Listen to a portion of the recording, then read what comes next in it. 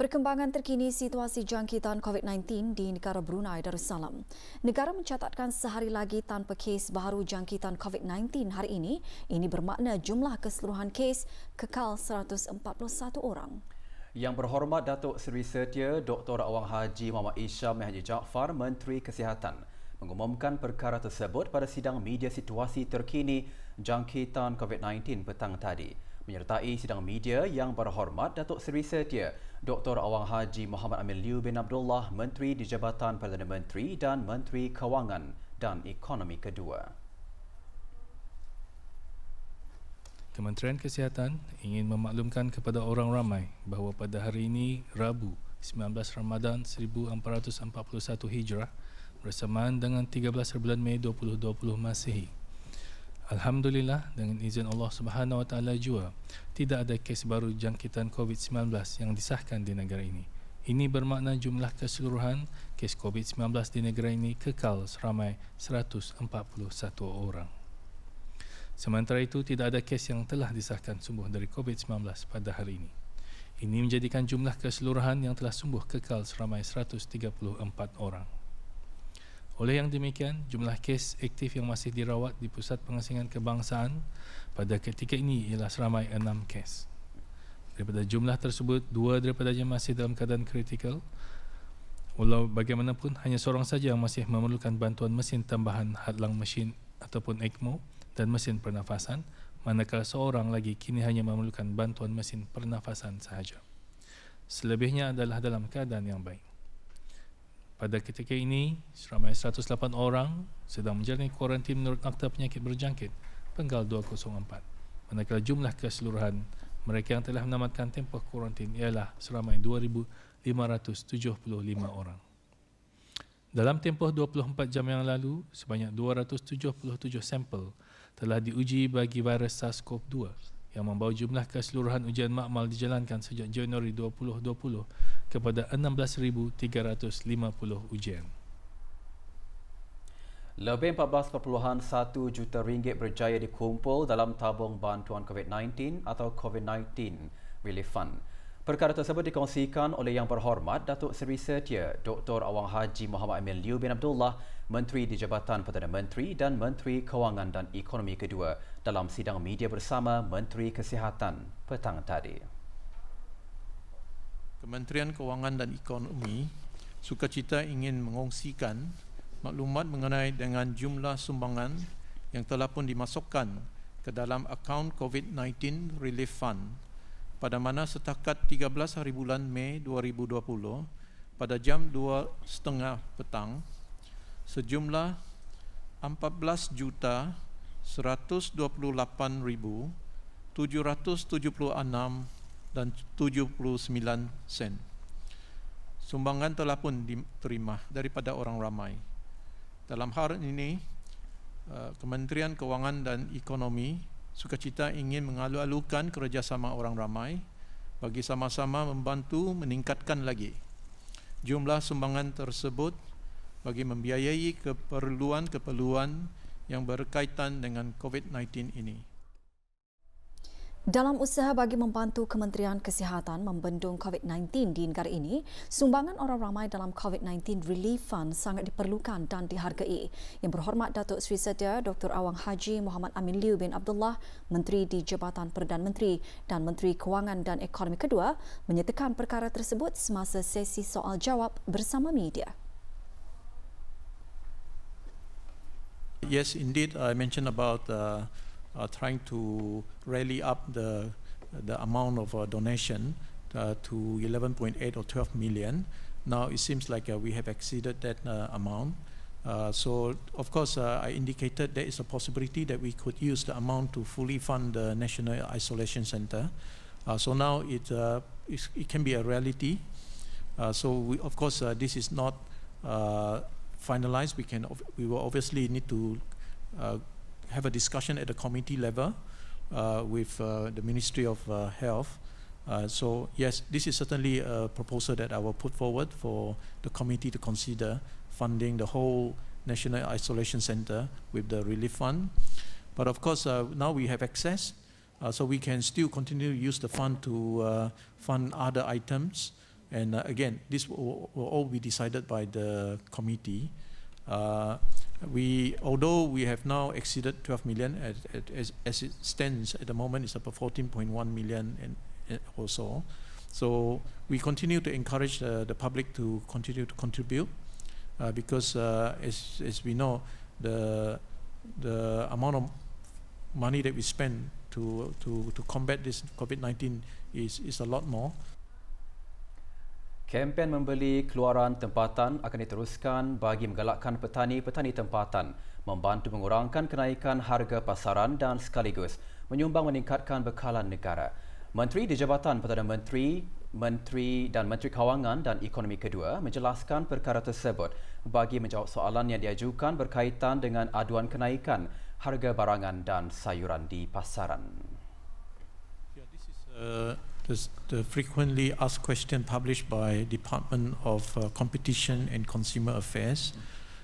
So during COVID-19, as we know, we also have heard many complaints about prices of face masks and sanitizer. That was in the early days of the outbreak. So out of the 200 over complaints, I think most of them are this. And there's also a few complaints about prices of vegetable. So again, we have faced some shortage of supply from international market. So these are all complaints that the department has looked into.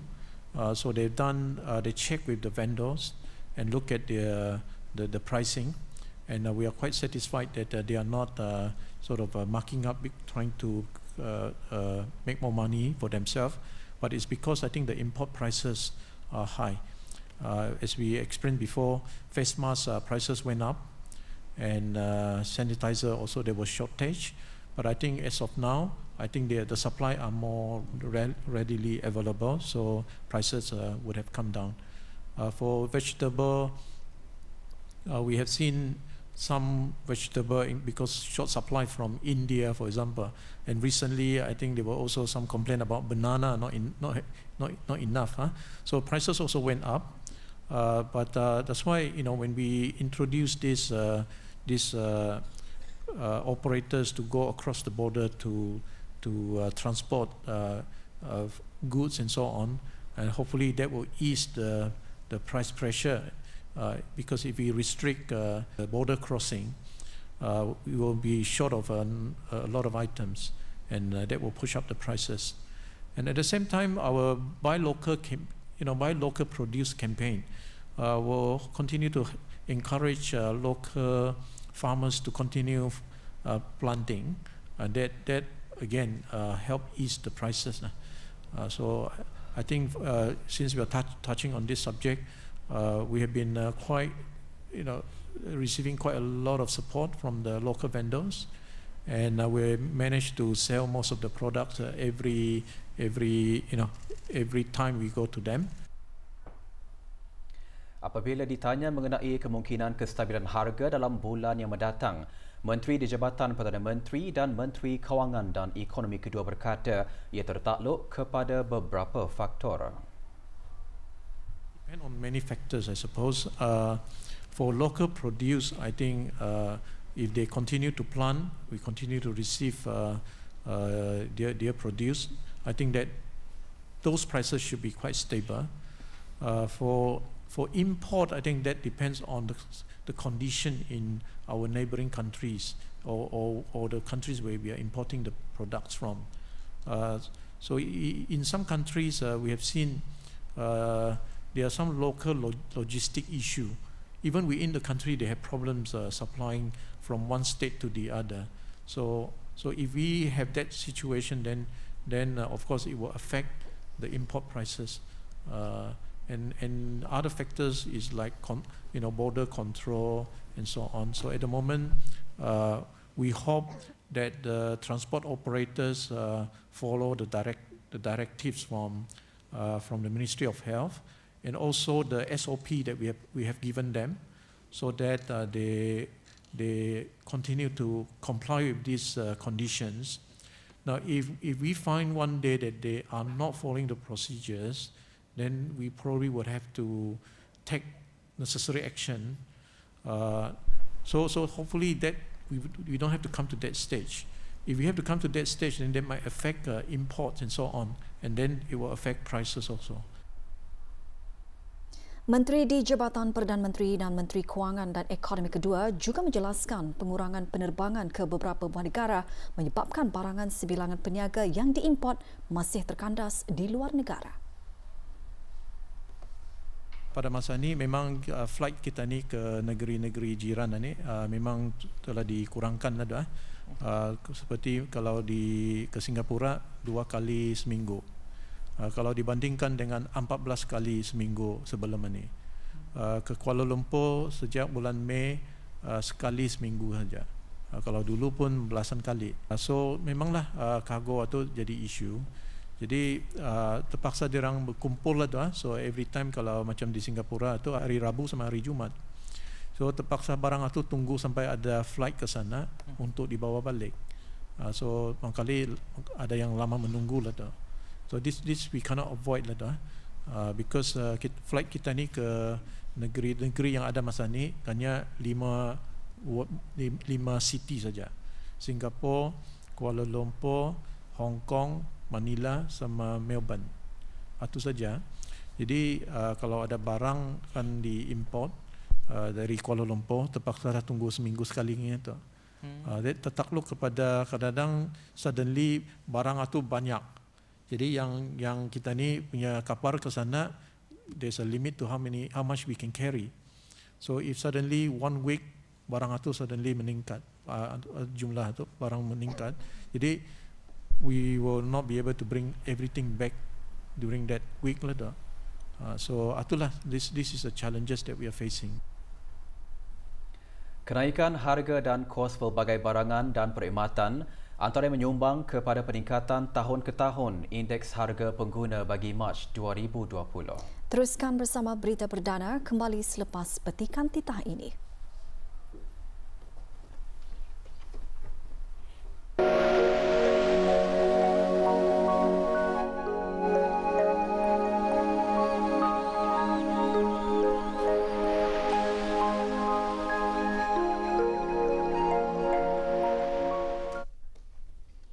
Indeks harga pengguna IHP bagi bulan Mac 2020 meningkat sebanyak 1.6% tahun ke tahun berbanding dengan bulan Mac 2019.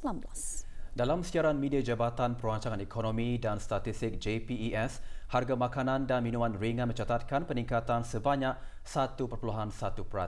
Manakala harga bukan makanan mencatatkan peningkatan sebanyak 1.8%. Peningkatan IHP adalah didorong oleh peningkatan harga dan kos pelbagai barangan dan perkhidmatan sebanyak 10.9%, restoran dan hotel sebanyak 4.8% dan makanan dan minuman ringan 1.1%. Walau bagaimanapun, peningkatan IHP diimbangi oleh penurunan harga dan kos pengangkutan sebanyak 0.9%, berhubungan 1.2% serta pakaian dan kasut sebanyak 0.7%. Kenaikan bagi harga pelbagai barangan dan perkhidmatan adalah disebabkan oleh peningkatan harga insurans, manakala peningkatan harga restoran dan hotel pula disebabkan oleh peningkatan harga perkhidmatan catering luar. Dalam pada itu, peningkatan bagi harga makanan dan minuman ringan adalah disebabkan oleh peningkatan harga sayur-sayuran. Bagi perubahan bulan ke bulan, IHP bagi bulan Mac 2020 meningkat sebanyak 0.3% berbanding dengan bulan sebelumnya. Indeks makanan dan minuman ringan dan indeks bukan makanan masing-masing menunjukkan peningkatan sebanyak 0.1% dan 0.4%. Laporan penuh IHP bagi bulan Mac 2020 boleh didapati melalui laman sesawang JPES www.deps.gov.bn.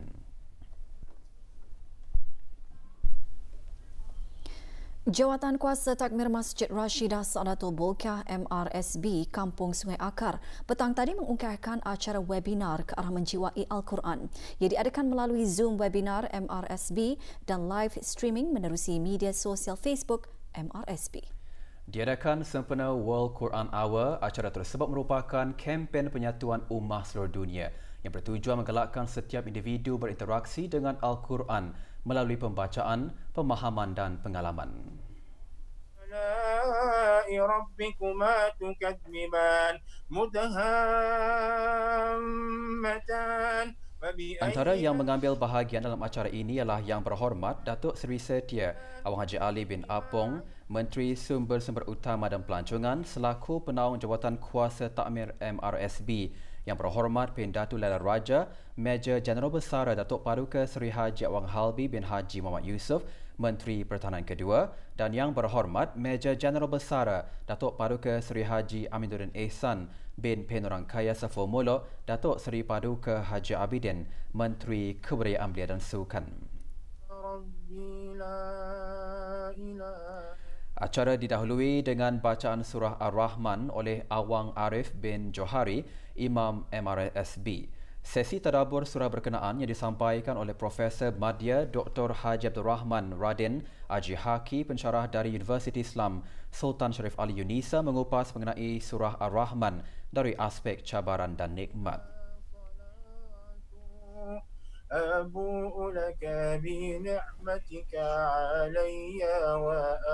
Acara ini yang membawa tema Reboot Global Harmony menjelaskan bahawa kita tidak dapat menafikan bahawa penularan COVID-19 telah menjadi cabaran besar di seluruh dunia, namun pada masa yang sama telah menjadi hadiah dari Allah Subhanahu Wa Taala untuk menyelesaikan masalah keharmonian global dan isu ketegangan kaum dan agama. Kita dalam keadaan COVID-19 ini kita boleh juga berjumpa walaupun dalam Usaha Kerajaan ke bawah Duli Yang Maha Mulia Paduka Seri Baginda Sultan dan Yang di-Pertuan Negara Brunei Darussalam dalam mengawal wabak COVID-19 daripada terus merebak dikagumi oleh Pesuruhjaya Tinggi Australia ke negara ini. Puan Yang Terutama Nicola Rosenblum juga menyatakan rasa gembira kerana Australia dapat bekerjasama dengan kaum wanita yang berinspirasi dan persatuan-persatuan seperti Society for Community Outreach and Training SCOT dalam menyokong petugas-petugas barisan hadapan dan masyarakat yang terdedah. Sesi temu bual diadakan semasa Puan Yang Terutama menyertai program Dapur Sosial SCOT pada petang tadi untuk menyediakan 500 pek nasi berlaukkan ayam masak lemak cili api dan sayur campur.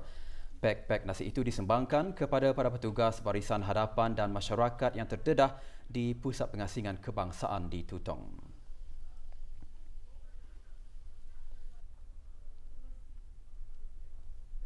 So the Australian High Commission has been really pleased to support Scott's Social Kitchens. So we're very pleased to be able to support this initiative. The Australian government is a strong supporter of initiatives that support women's economic empowerment. So this works very well. We're very impressed with it.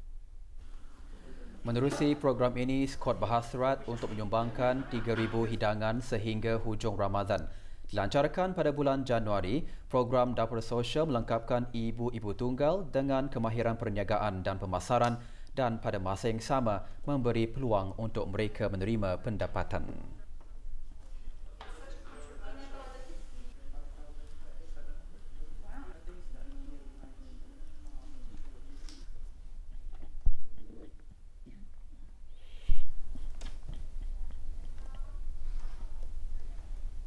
Sejumlah 1,060 pek juadah berbuka telah berjaya dikumpulkan melalui promosi minggu pertama projek berbagi rezeki Kelab Komuniti Belia Transformasi KKBT Pusat Belia Bandar Seri Begawan dengan kerjasama syarikat makan ceria McDonald Brunei. Projek yang dikenali sebagai One Meal, One Love itu diagihkan petang tadi. Projek dianjurkan oleh Jabatan Belia dan Sukan dengan kerjasama Jabatan Pembangunan Masyarakat Kementerian Kebudayaan Belia dan Sukan. Setiap pembelian makanan dari pelanggan syarikat makan ceria McDonald Brunei akan disalurkan ke projek ini. Pengagihan pek juadah berbuka ini dilaksanakan oleh ahli-ahli KKBT kepada residen Kompleks Rumah Kebajikan Jabatan Pembangunan Masyarakat, attendant stesen minyak, pekerja buruh binaan serta golongan yang kurang berkemampuan. Dengan adanya inisiatif gabungan kerjasama dari pihak peniaga dan para belia, ia diharap akan memberikan impak yang lebih berkesan untuk sama-sama membantu pihak kerajaan dalam mengelinga golongan yang kurang bernasib baik, lebih-lebih lagi dalam masa negara berdepan dengan usaha mengawal penularan wabak COVID-19.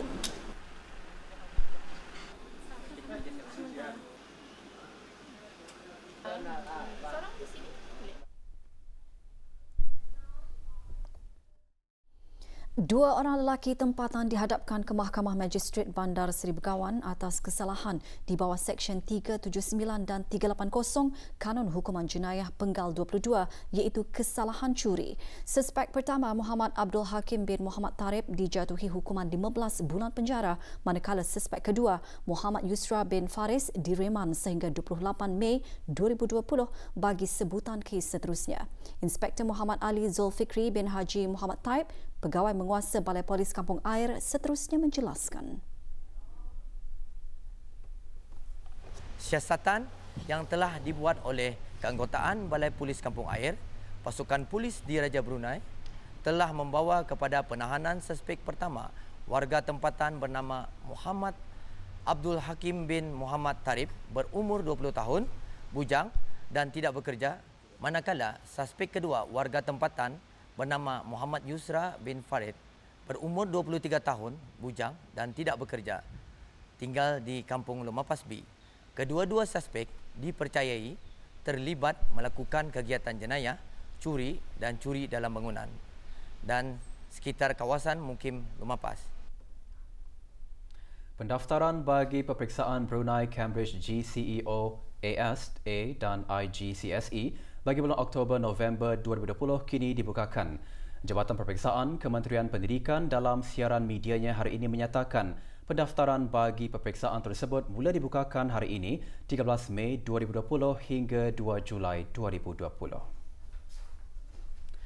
Borang-borang pendaftaran dan keterangan lanjut yang berkaitan dengan pendaftaran bolehlah diperoleh dari Jabatan Peperiksaan Kementerian Pendidikan semasa waktu pejabat.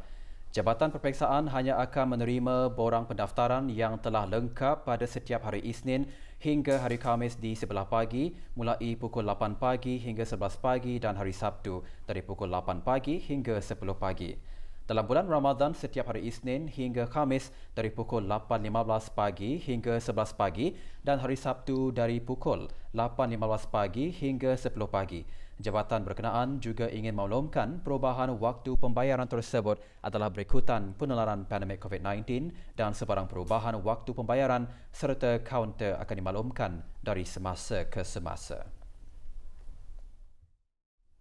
Bagi mencetuskan minat rakyat dan penduduk tetap di negara ini, khususnya kepada pelajar dan belia terhadap dunia penterjemahan, Dewan Bahasa dan Pustaka pada masa ini masih mempelawa orang ramai untuk menyertai peraduan terjemah Mutiara Kata sempena sambutan Bulan Bahasa 2020.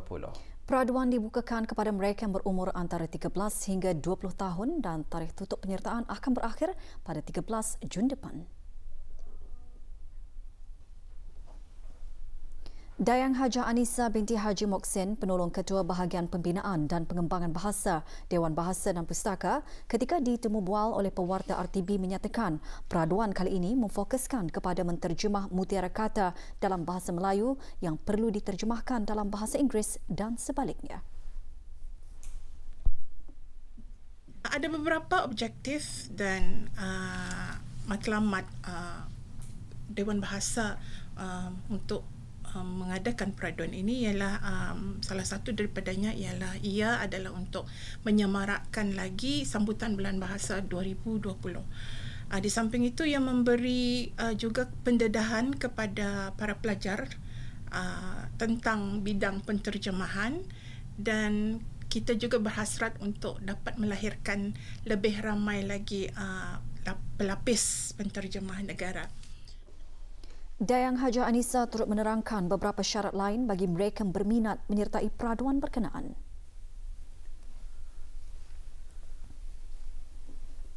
Ada beberapa syarat pertandingan yang sudah digariskan oleh pihak penganjur dan setiap peserta hanya dibenarkan untuk menghantar satu penyertaan sahaja.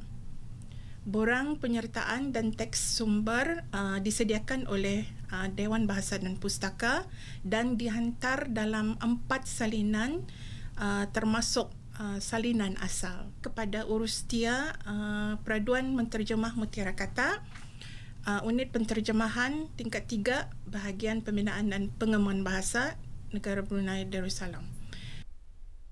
Borang peraduan juga boleh dimuat turun melalui laman sesawang Dewan Bahasa dan Pustaka www.dbp.gov.pn. Penyampaian hadiah akan dilaksanakan pada suatu tarikh yang akan dimaklumkan kemudian.